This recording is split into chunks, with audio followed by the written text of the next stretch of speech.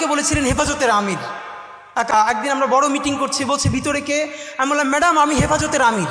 যখন শাহবাগ চলে তখন আমার ডিপার্টমেন্টের চেয়ারম্যান ম্যাম, নাম বললে অনেকেই চিনবেন, উনি বাংলাদেশের একজন প্রথিতযশা বুদ্ধিজীবীর ওয়াইফ, দুজনেই বুদ্ধিজীবী। তো পুরো ক্লাসে 280 জন, তখন আমরা সেকশন ভাগ হয় নাই, আমার মাথায় টুপি আর 3-4 জন। তো ক্লাসে পড়া জানানোর জন্য আমাকে ম্যাম জিজ্ঞেস করলো এই হেফাজত দ্বারা, মানে আমাকে করে বলল। তো আমার ভীষণভাবে মনে আছে, এবং তিনি আমাকে বলেছিলেন হেফাজতের আমির, কারণ তখন তিনি জেন্ডার অ্যান্ড উইমেন কোর্সটা পড়াচ্ছিলেন এবং সেখানে নারীর অধিকার নাই এই ব্যাপারে সিডো নিয়ে পড়াচ্ছিলেন। তো সেসব নিয়ে আমরা আলাপ করতাম। তো এরপরও আমি একটা কথা বলে রাখি, ঢাকা ইউনিভার্সিটি সম্ভবত অন্য সব জায়গা থেকে এটুকুন কারণেই ভিন্ন যে সেই প্রচণ্ড উত্তাল সময়েও আমরা ডিপার্টমেন্টে এটা নিয়ে তর্ক করতে পারতাম টিচারদের সাথে, খুব অল্প মানুষ হলেও এটুকুন অন্তত সত্য স্বীকার তো করতে হবে। তো আমার মনে আছে এরপর থেকে ম্যাডাম আমাকে 2-3 দিন ভিন্ন ভিন্ন কারণে ফোন, মানে একদিন আমরা বড় মিটিং করছি, বলছে ভিতরে কে? আমি বললাম ম্যাডাম আমি হেফাজতের আমির। এরপর ম্যাডাম যতদিন আমাকে জিজ্ঞেস করেছেন আমি আমাকে পরিচয় দিয়েছি আমি হেফাজত। এর মানে আমি ভাবলাম যে তখন তো আমরা এত ম্যাচিউর না, বা এখনও আমরা তো ম্যাচিউর না, কিন্তু ঠিক আমাকে যেটা দিয়ে আমার আইডেন্টিটি নষ্ট করে ফেলতে চায় মানুষ, সেটাকে যদি আমি দৃঢ়ভাবে ধরে রাখার মতো সাহস করি, আল্লাহ সহজ করেন। যখন আমাদেরকে হেফাজত বলে গালি দেওয়া হয়েছে, আবারও আমি বলি হেফাজতের 13 দফা নিয়ে আমার নিজের অনেক প্রশ্ন আছে, আমার অনেক আপত্তি আছে।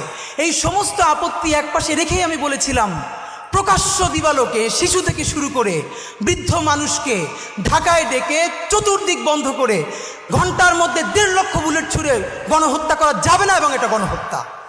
এই গণহত্যাকে গণহত্যা বলে বলতে পারবার যে হিম্মত অল্প কিছু মানুষের ছিল।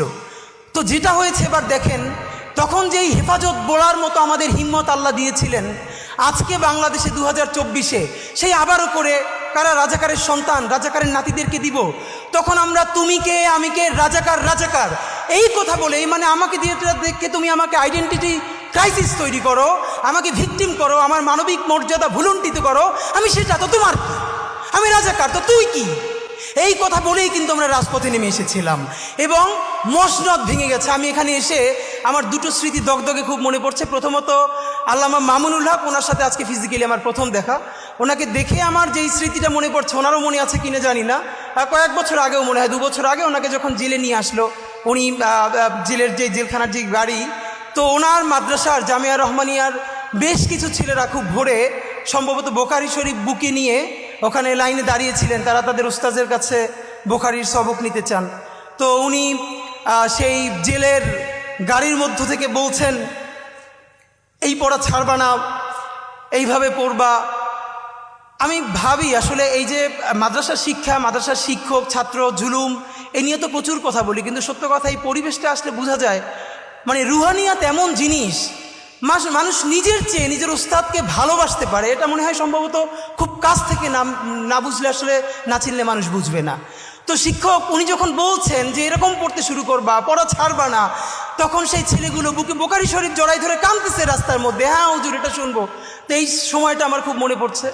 আর আজকে এখানে এসে আপনাদের কাছে শুধু একটা কথা বলতে চাই, বিনীত অনুরোধ।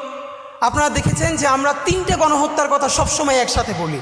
আমরা বলি জুলাই, পিলখানা ও শাপলা গণহত্যা। আমরা যতবার বলেছি জুলাই নিয়ে কমিশন হয়েছে, অনেক সমালোচনার পরে পিলখানা নিয়েও একটা কমিশন করা হয়েছে। যদিও বলে রাখি সেই পিলখানার প্রকাশ্য প্রতিবেদন আসবে কিনা আমরা জানি না, কিন্তু ঠিক কোন কারণে শাপলা নিয়ে এখন পর্যন্ত একটা গণহত্যা কমিশন করা যায় নাই? তাহলে এই শাপলার রক্ত কি রক্ত বলে মনে হয় না? শাপলার মানুষের মাথায় টুপি, মুখে দাড়ি, তারা অনেকে গরিব, তারা প্রান্তিক, পশ না, আরবান মিডল ক্লাস না, তাদের তকতকে কোনো প্রতিষ্ঠান নাই, মানে এই জন্য কি সে নাগরিক হয়ে উঠতে পারে নাই? তার রক্তের কি এক ফোঁটা দাম নাই? আমরা হাজারবার, ইভেন ডক্টর ইউনূস সাহেব একবার দেখলাম জাতিসংঘকে অ্যাড্রেস করে বলছেন যে আপনারা আসেন, আপনারা এখানে শাপলা নিয়ে তদন্ত করেন। এরপরে আর কেউ কথা বলছে না। আপনাদের কাছে আমার শুধু একটা দাবি, অনেকে বলেছে যে আমরা যে ইনসাফের রাষ্ট্র বলি, ইনসাফের সমাজ যে কায়েম হচ্ছে এটা বুঝবো কিভাবে?